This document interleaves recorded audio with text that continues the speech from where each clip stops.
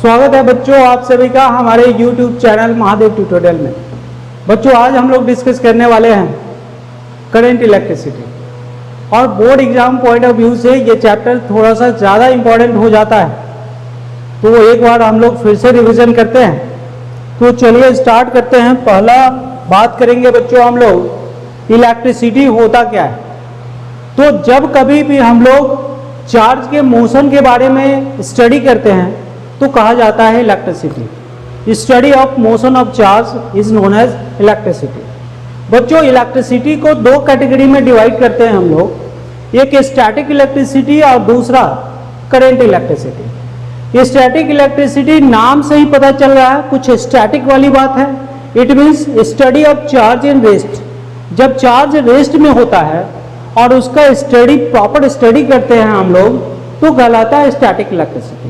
और static electricity के regarding एक खास इंपॉर्टेंट ये है, जो स्टैटिक इलेक्ट्रिसिटी सिर्फ नॉन कंडक्टर में ही प्रोड्यूस किया जा सकता है। किसी कंडक्टर में स्टैटिक इलेक्ट्रिसिटी प्रोड्यूस करना पॉसिबल नहीं। जैसे आप एग्जांपल देख सकते हैं बच्चों, किसी बैलून को अगर अपने हेयर से रब करके किसी स्मॉल पीसेस ऑफ पेपर के पास ले जाए तो स्मॉल पीसेस ऑफ पेपर को अट्रैक्ट करता है, तो निश्चित रूप से बैलून पे चार्ज डेवलप हो जाता हो। कौन सा चार्ज? तो निगेटिव चार्ज, क्योंकि हम लोगों का जो हेयर है ये कंडक्टर होता है इलेक्ट्रिसिटी का, क्रिएटिन प्रोटीन का बना हुआ है और ये इलेक्ट्रॉन लूज करता है और बैलून इलेक्ट्रॉन्स गेन करता है। तो स्टैटिक इलेक्ट्रिसिटी हम लोग देख पा रहे हैं, एक बैलून पे जो नॉन कंडक्टर है वहां पे चार्ज डेवलप हुआ है, उसके बारे में स्टडी करते हैं तो कहलाता है स्टैटिक इलेक्ट्रिसिटी। करंट इलेक्ट्रिसिटी की बात करें बच्चों, study of charge in motion. जब चार्ज मोशन में होता है और उसके बारे में स्टडी करते हैं तो कहलाता है करंट इलेक्ट्रिसिटी। ठीक है, तो करंट इलेक्ट्रिसिटी में आप देख सकते हैं बच्चों, यहाँ पे एक डायग्राम बना हुआ है, सर्किट डायग्राम। इसमें जैसे ही एक पर्टिकुलर अमाउंट का पोटेंशियल डिफरेंस अप्लाई करते हैं सारा इलेक्ट्रॉन मूव करना स्टार्ट कर देता है। जैसे यहाँ पे आपको दिख रहा होगा बच्चों, इलेक्ट्रॉन का मूवमेंट प्रॉपर डायरेक्शन में आपको यहाँ दिख रहा होगा। ये इलेक्ट्रॉन प्रॉपर डायरेक्शन में मूव कर रहा है, रेस्ट में नहीं है। और जब इलेक्ट्रॉन मूव करता है और उसके बारे में स्टडी करते हैं, that is known as current electricity. लेकिन आज हम लोग पढ़ने वाले हैं सिर्फ करंट इलेक्ट्रिसिटी, बिकॉज हम लोगों के सिलेबस में करंट इलेक्ट्रिसिटी ही है, स्टैटिक इलेक्ट्रिसिटी अभी नहीं पढ़ना। सबसे पहले बात करते हैं तो ये चार्ज जो फ्लो होता है किसी भी कंडक्टर के अंदर, तो ये चार्ज फ्लो कैसे होता है। बच्चों कोई भी सब्सटेंस की बात करें, किसी भी सब्सटेंस के पास जिसके पास मास हो, स्पेस ऑक्युपाई करता हो, इनर्शिया प्रॉपर्टी होल्ड करता हो, उसको मैटर कहते हैं। और किसी भी मैटर का जो स्मॉलेस्ट पार्टिकल होता है वो कहलाता है एटम।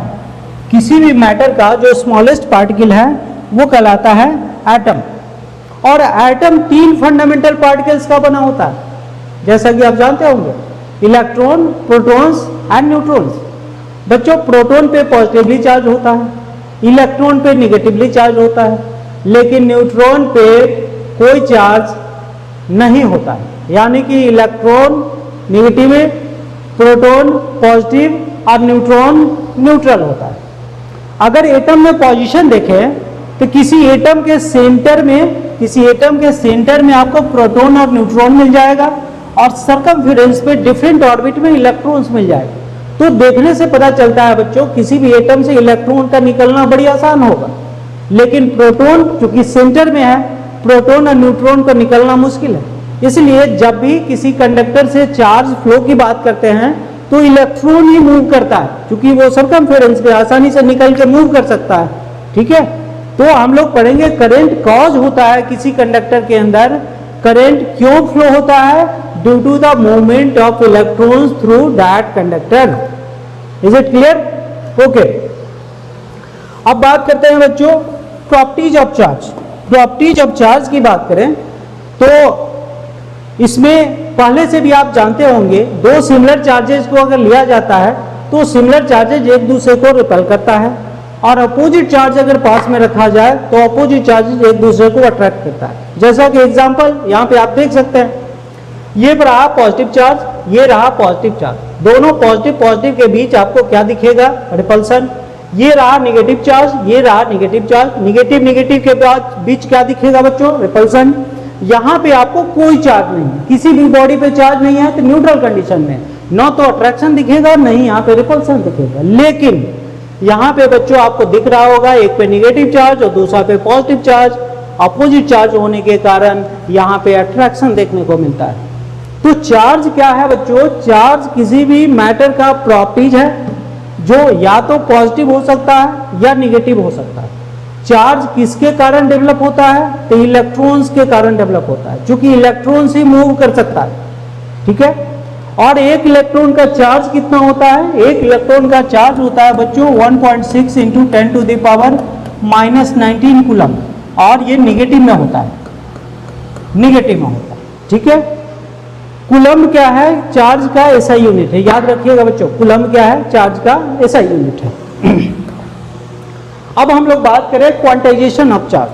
क्वांटाइजेशन ऑफ चार्ज का मतलब है बच्चों, किसी भी बॉडी के ऊपर अगर चार्ज है तो निश्चित रूप से वो इलेक्ट्रॉन के चार्ज का इंटीग्रल मल्टीपल ही होगा, ये निश्चित है। क्योंकि चार्ज का जो सबसे छोटा यूनिट है वो एक इलेक्ट्रॉन है, और एक इलेक्ट्रॉन पे चार्ज होता है 1.6 into 10 to the power -19 coulomb. तो किसी बॉडी पे चार्ज डेवलप होता है अगर, तो एक इलेक्ट्रॉन के कारण हो सकता है, 2 इलेक्ट्रॉन के कारण हो सकता है, 3 इलेक्ट्रॉन के कारण हो सकता है, 1 लाख इलेक्ट्रॉन के कारण हो सकता है, 10 लाख इलेक्ट्रॉन के कारण हो सकता है। लेकिन जब भी होगा सर्टेन नंबर को इलेक्ट्रॉन के चार्ज से मल्टीप्लाई करने के बाद ही वो चार्ज डेवलप होगा। यानी कि total charge on a body will be equal to number of electron and charge on 1 electron, Q equal to N E. और ये फॉर्मूला याद रखना है बच्चों, आपके लिए इंपॉर्टेंट है।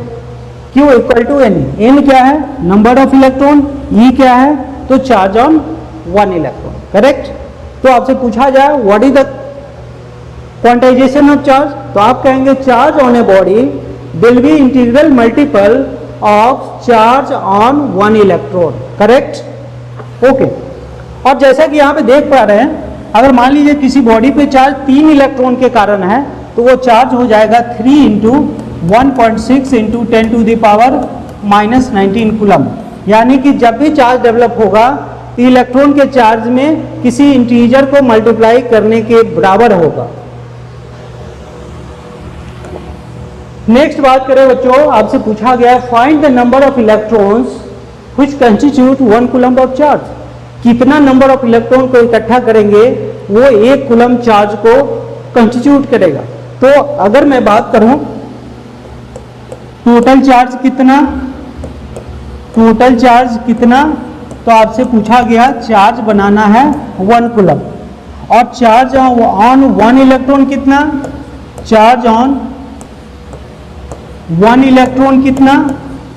1 इलेक्ट्रॉन बच्चों 1 इलेक्ट्रॉन पे चार्ज होगा 1.6 into 10 to the power -19 coulomb. अब 1.6 into 10 to the power -19 coulomb का मतलब है 1 इलेक्ट्रॉन, तो 1 कूलम का क्या मतलब होगा बच्चों?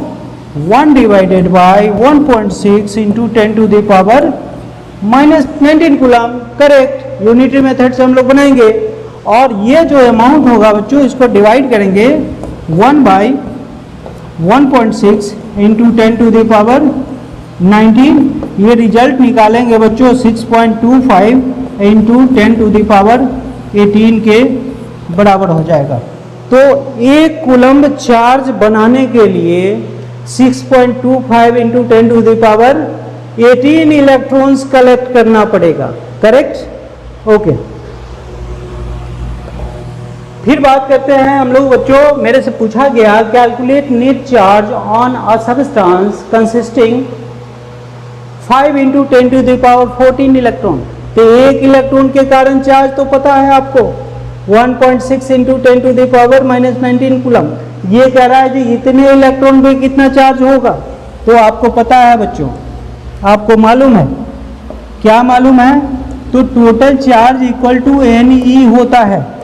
टोटल चार्ज, N का मतलब क्या? Number of electron, 5 into 10 to the power 14 और E का मतलब क्या, charge on 1 electron 1.6 into 10 to the power -19। Q equal to multiply करेंगे बच्चों 8.0 into 10 to the power -5 coulomb. ये आपका आंसर आ जाएगा। करेक्ट, क्लियर है? ओके। फिर सेकेंड नंबर बात करें बच्चों, मेरे से पूछा गया 10 प्रोटॉन और 12 इलेक्ट्रॉन है। तो आप जानते हैं किसी भी एटम के अंदर नंबर ऑफ प्रोटॉन और नंबर ऑफ इलेक्ट्रॉन इक्वल होता है, लेकिन यहाँ पे नंबर ऑफ प्रोटॉन कम है, नंबर ऑफ इलेक्ट्रॉन ज्यादा है। कितना इलेक्ट्रॉन ज्यादा है, जितना ज्यादा इलेक्ट्रॉन होगा उसी के कारण चार्ज डेवलप हुआ होगा। तो 2 इलेक्ट्रॉन ज्यादा है। बच्चों आप लिखेंगे Q equal to Ne। Q equal to N का मतलब क्या, नंबर ऑफ इलेक्ट्रॉन। तो कितना इलेक्ट्रॉन ज्यादा है, तो बच्चों 2 इलेक्ट्रॉन ज्यादा है, 2। एक इलेक्ट्रॉन का चार्ज कितना, 1.6 into 10 to the power -19। Your answer will be 3.2 into 10 to the power -19 coulomb. ठीक है, ओके। आगे बात करते हैं सब्सटेंस। बच्चों सब्सटेंस का 2 कैटेगरी बनाते हैं हम लोग, एक कंडक्टर और दूसरा नॉन कंडक्टर। कंडक्टर वो सब्सटेंस है जिसमें फ्री इलेक्ट्रॉन्स होता है, यानी कि इसमें सारे मेटल्स को इंक्लूड करेंगे, अब प्लस एक नॉन मेटल भी इंक्लूड करेंगे जो ग्रेफाइट है। चूंकि ग्रेफाइट का शेप कुछ इस तरह का होता है ना, उसमें एक फ्री इलेक्ट्रॉन्स बच जाता है। यही कारण है जो ग्रेफाइट इलेक्ट्रिसिटी का कंडक्टर होता है। तो सारे मेटल्स और एक ग्रेफाइट को हम लोग कंडक्टर कहते हैं, बिकॉज इसके अंदर फ्री इलेक्ट्रॉन्स होता है। फिर इंसुलेटर किसको कहेंगे, तो इंसुलेटर वो सब्सटेंस है जिसमें फ्री इलेक्ट्रॉन्स नहीं होता। फ्री इलेक्ट्रॉन्स न होने के कारण आप पोटेंशियल डिफरेंस अप्लाई भी करते हैं, फिर भी करंट फ्लो नहीं हो पाता। और बहुत पुराना डेफिनेशन है, कंडक्टर का मतलब होता था the substance which allow electricity to pass through them, और इंसुलेटर क्या है, तो the substance which do not allow electricity to pass through them. ये पुराना डेफिनेशन है। अब हम लोग अपडेट करेंगे इसको, जिस मटेरियल के पास फ्री इलेक्ट्रॉन्स होगा दैट विल बी कंडक्टर, और जिस मटेरियल के पास फ्री इलेक्ट्रॉन्स नहीं होगा that will be insulator. Correct, okay. यहाँ पे बच्चों देख पा रहे हैं मैंने मेटल एटम का कलेक्शन लिया। यहाँ पे आप देख पा रहे हैं इलेक्ट्रॉन मेटल से निकल करके इधर उधर घूम रहा है, यानी कि फ्री इलेक्ट्रॉन्स है। जैसे ही इसको पोटेंशियल डिफरेंस अप्लाई करते हैं, सारा इलेक्ट्रॉन एक डायरेक्शन में अलाइन हो जाता है और मूव करना स्टार्ट कर देता है। जिसके पास फ्री इलेक्ट्रॉन्स होगा ही नहीं तो उसमें मूव कैसे करेगा। यही कारण है जो इंसुलेटर इलेक्ट्रिसिटी फ्लो को सपोर्ट नहीं करता है। नेक्स्ट बात करें बच्चों कूलम्स लॉ। कूलम्स लॉ कहता है जो किसी 2 चार्ज को सर्टेन डिस्टेंस से सेपरेट कर दिया जाए तो 2 चार्ज के बीच फोर्स लगता है। वो फोर्स अट्रैक्टिव भी हो सकता है और रिपल्सिव हो सकता है, depending upon both the charges are of same nature और आर ऑफ डिफरेंट नेचर। अगर दोनों सिमिलर चार्ज है तो दोनों चार्ज के बीच रिपल्सन होगा, और दोनों चार्ज अपोजिट नेचर का है तो दोनों के बीच अट्रैक्शन होगा। चलिए एक कंडीशन हम लोग कंसीडर कर लेते हैं। यहाँ पे मान लिया जाए एक बॉडी है जिसपे चार्ज C1 है, दूसरा बॉडी है जिसपे चार्ज C2 है। तो अमाउंट ऑफ फोर्स दोनों के बीच F लगता है, जबकि दोनों बॉडी के बीच का डिस्टेंस R है। तो कूलम्स लॉ कहता है बच्चों force acting between 2 charges will be directly proportional to product of charges. जिस 2 चार्ज को पास में रखा गया है दोनों चार्ज के प्रोडक्ट के डायरेक्टली प्रोपोर्शनल होगा। इट मीन जितना ज्यादा चार्ज होगा उतना बड़ा फोर्स लगेगा। इक्वेशन 1 बनाएंगे इसको।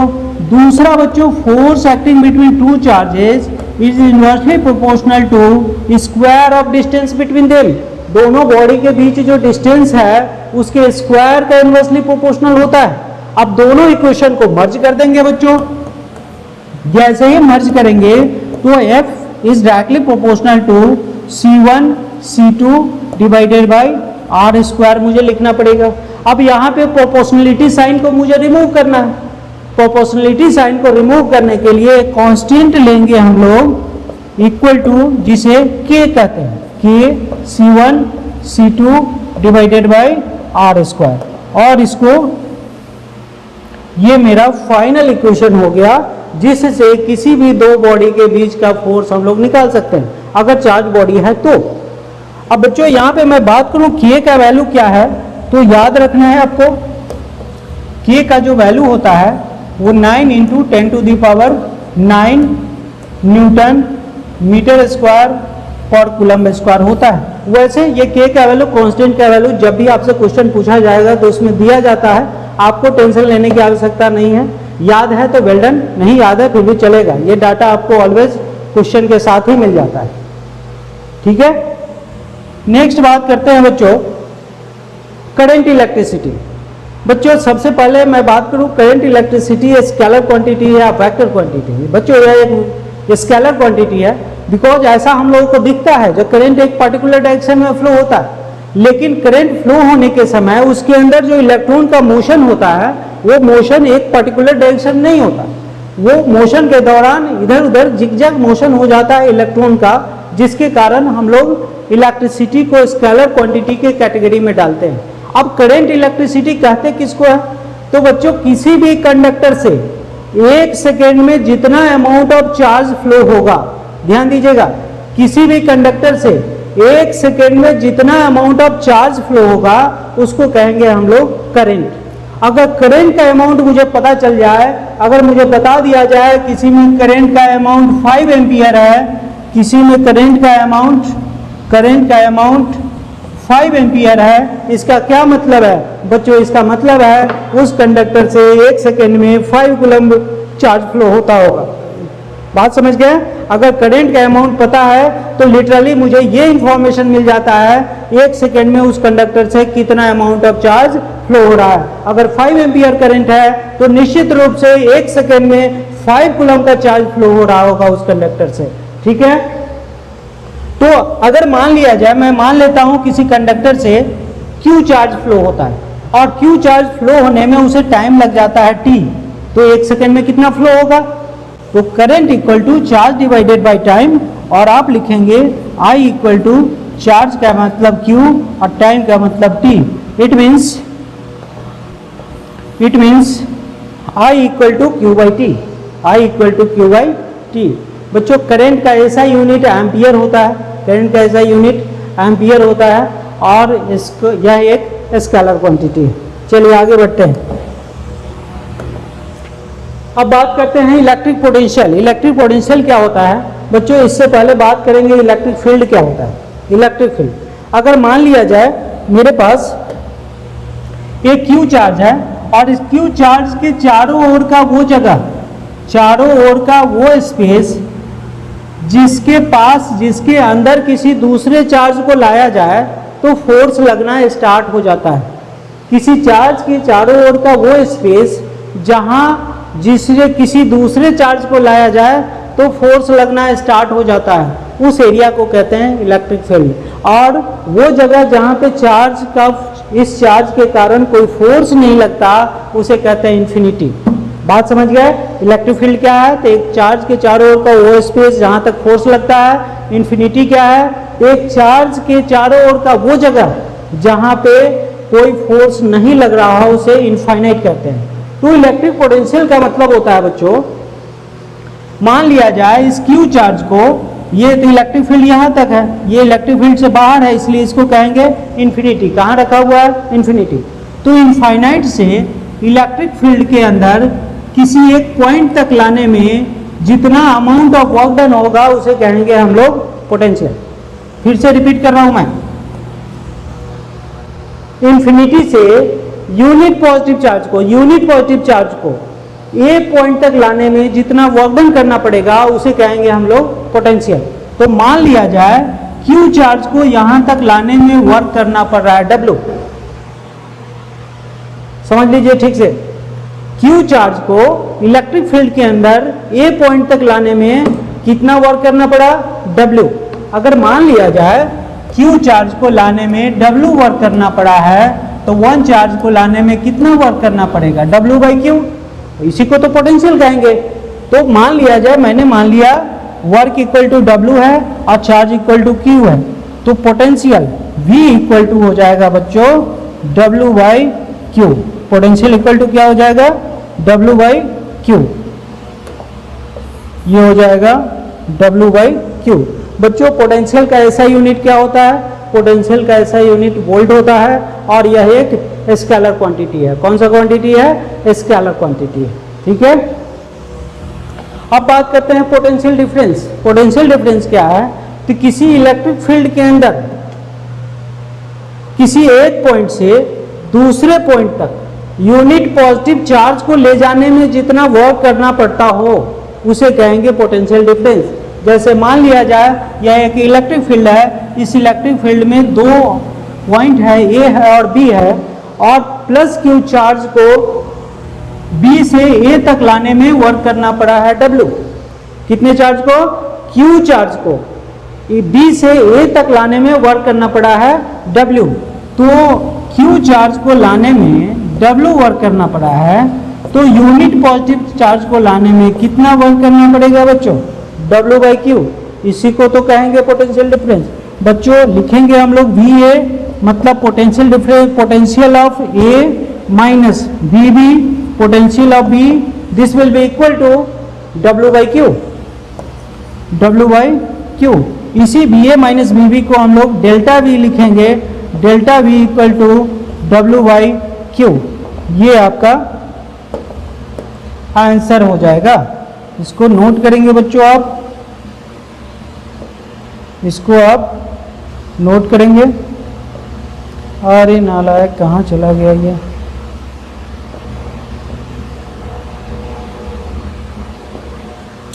चलिए छोड़िए इसको, आगे बढ़ते हैं। अगर हम लोग बात करें वोल्ट मीटर, वोल्ट मीटर क्या होता है बच्चों, यह एक इलेक्ट्रिकल डिवाइस है जहां से मात्र दो क्वेश्चन आपसे पूछा जाता है। किसी इलेक्ट्रिक सर्किट में वोल्ट मीटर को कैसे कनेक्ट करते हैं, तो पैरेलल में कनेक्ट करते हैं, और इसका रेसिस्टेंस का अमाउंट क्या होता है। तो पोटेंशियल वोल्ट मीटर का ऑलवेज हाई रेसिस्टेंस होता है। तो दो पॉइंट याद रखना है। और ये डिवाइस है क्या, तो किसी सर्किट के अंदर लगा दिया जाए तो दो टर्मिनल के बीच पोटेंशियल डिफरेंस मेजर करके देता है। यह एक इलेक्ट्रिकल डिवाइस है जिसके मदद से हम लोग किसी इलेक्ट्रिक सर्किट के अंदर पोटेंशियल डिफरेंस मेजर कर पाते हैं। जैसे आप देख पा रहे हैं यहाँ एक सर्किट आपको दिख रहा है, इस रेसिस्टेंस के across potential difference volt meter लगा हुआ है। ये वोल्ट मीटर पोटेंशियल डिफरेंस का रीडिंग आपको बताएगा। तो दो पॉइंट यहाँ पे इंपॉर्टेंट है बच्चों, ऑलवेज कनेक्टेड इन पैरेलल, और दूसरा इसका रेसिस्टेंस कैसा होता है, it has high resistance. Correct. Next बात करते हैं बच्चों factors which determine the flow of charge. किसी कंडक्टर के क्रॉस चार्ज फ्लो क्यों करता है, तो वो जो फैक्टर है जिसके कारण करंट फ्लो हो पाता है, that is potential difference. Current always high potential to low potential flow होता है, current always high potential to low potential flow होता है। तो जब भी हम लोग बात करेंगे बच्चों चार्ज कैसे मूव करता है, तो चार्ज मूव करने में दो बात कंसीडर करेंगे, एक पॉजिटिव चार्ज का मूवमेंट है, दूसरा नेगेटिव चार्ज का मूवमेंट। तो पॉजिटिव चार्ज ऑलवेज मूव करता होगा बच्चों high potential to low potential. Positive charge कैसे मूव करता है, high potential to low potential. लेकिन निगेटिव चार्ज कैसे मूव करेगा बच्चों, low potential to high potential. कोई आपसे पूछ ले करंट का क्या मतलब है, तो फ्लो ऑफ चार्ज। करंट का फ्लो का डायरेक्शन क्या होता है, तो पॉजिटिव चार्ज का मूवमेंट का जो डायरेक्शन है सेम डायरेक्शन करंट का होता है, तो high potential to low potential. Negative charge के फ्लो का क्या डायरेक्शन है, always opposite to the current. Current अगर high potential to low potential flow हो रहा है तो इलेक्ट्रॉन्स का movement low potential to high potential होगा। नेक्स्ट बात कर रहे हैं हम लोग बच्चों positive charge, high positive terminal जो होता है किसी सेल का वो हाई पोटेंशियल होता है या लो पोटेंशियल होता है। तो किसी भी सेल में आप लेंगे तो एक पॉजिटिव एंड मिलेगा, दूसरा नेगेटिव एंड मिलेगा। तो पॉजिटिव एंड को हम लोग कहते हैं हाई पोटेंशियल और नेगेटिव एंड को कहते हैं लो पोटेंशियल। नेक्स्ट बात करें बाजू direction of flow of current. तो जैसा कि मैं आपको बता चुका हूं किसी करंट का डायरेक्शन का मतलब कन्वेंशनल करंट, करंट का डायरेक्शन का मतलब कन्वेंशनल करंट, और कन्वेंशनल करंट का जो डायरेक्शन होता है from positive terminal to negative terminal. It means positive terminal को हाई पोटेंशियल कहते हैं। तो आप ये भी कह सकते हैं direction of current will be high potential to low potential. ठीक है। फिर आपसे पूछा जाए direction of flow of electrons, electron का डायरेक्शन क्या होगा? तो बच्चों हम लोग जानते हैं करंट के डायरेक्शन के जस्ट अपोजिट होता है इलेक्ट्रॉन का डायरेक्शन। तो इलेक्ट्रॉन का डायरेक्शन हम लोग लिखेंगे from low potential to high potential, means negative terminal to positive terminal. जैसा कि डायग्राम में यहाँ पे आप देख रहे हैं, यहाँ रेड से करंट को रिप्रेजेंट किया गया है। करंट किधर से मूव कर रहा है? तो high potential to low potential. और यहाँ पे आप देख रहे हैं निगेटिव एंड, निगेटिव एंड किसको रिप्रेजेंट कर रहा है? Lower potential. तो इलेक्ट्रॉन कैसे मूव कर रहा है? From lower potential to high potential. तो करंट का जो डायरेक्शन होता है इसको कन्वेंशनल करंट कहते हैं, और जस्ट अपोजिट होता है इलेक्ट्रॉन के डायरेक्शन के। करेक्ट। नेक्स्ट बात करेंगे बच्चों अमीटर। अमीटर एक तरह का इलेक्ट्रिकल डिवाइस है जिसके मदद से हम लोग किसी सर्किट में अमाउंट ऑफ करंट मेजर कर पाते हैं। और ठीक यहां से भी दो ही क्वेश्चन आपसे पूछा जाता है, अमीटर को किसी सर्किट में कैसे कनेक्ट करते हैं और अमीटर का रेजिस्टेंस क्या होता है। तो बच्चों अमीटर को ऑलवेज हम लोग सीरीज में कनेक्ट करते हैं, ऑलवेज कनेक्टेड इन सीरीज। अब सीरीज पैरेलल क्या है वो पढ़ेंगे हम लोग बाद में, लेकिन तत्काल आप याद रखिए सीरीज। और अमाउंट ऑफ रेसिस्टेंस क्या होगा इसका? तो बच्चों हैव लो रेसिस्टेंस। इसका रेजिस्टेंस कैसा होगा? लो रेसिस्टेंस। वोल्ट मीटर का जस्ट अपोजिट है, वोल्ट मीटर को पैरेलल में कनेक्ट किया जाता है, उसका रेसिस्टेंस ज्यादा होता है, और अमीटर को सीरीज में कनेक्ट किया जाता है और इसका रेसिस्टेंस कम होता है। जैसा कि यहाँ पे आप देख पा रहे हैं, यहाँ पे आपको अमीटर कनेक्टेड दिख रहा है। अमीटर कैसे कनेक्ट कर दिया गया है? तो सीरीज में कनेक्ट कर दिया गया है। ये अमीटर का डायग्राम है बच्चों, जिससे करंट हम लोग मेजर करते हैं। और यहाँ पे आकर के आज का लेक्चर हम लोगों का समाप्त होता है। बच्चों उम्मीद करते हैं लेक्चर आपको पसंद आया होगा और अच्छे से आप देखें, और निश्चित रूप से लाइक और सब्सक्राइब करना ना भूलें।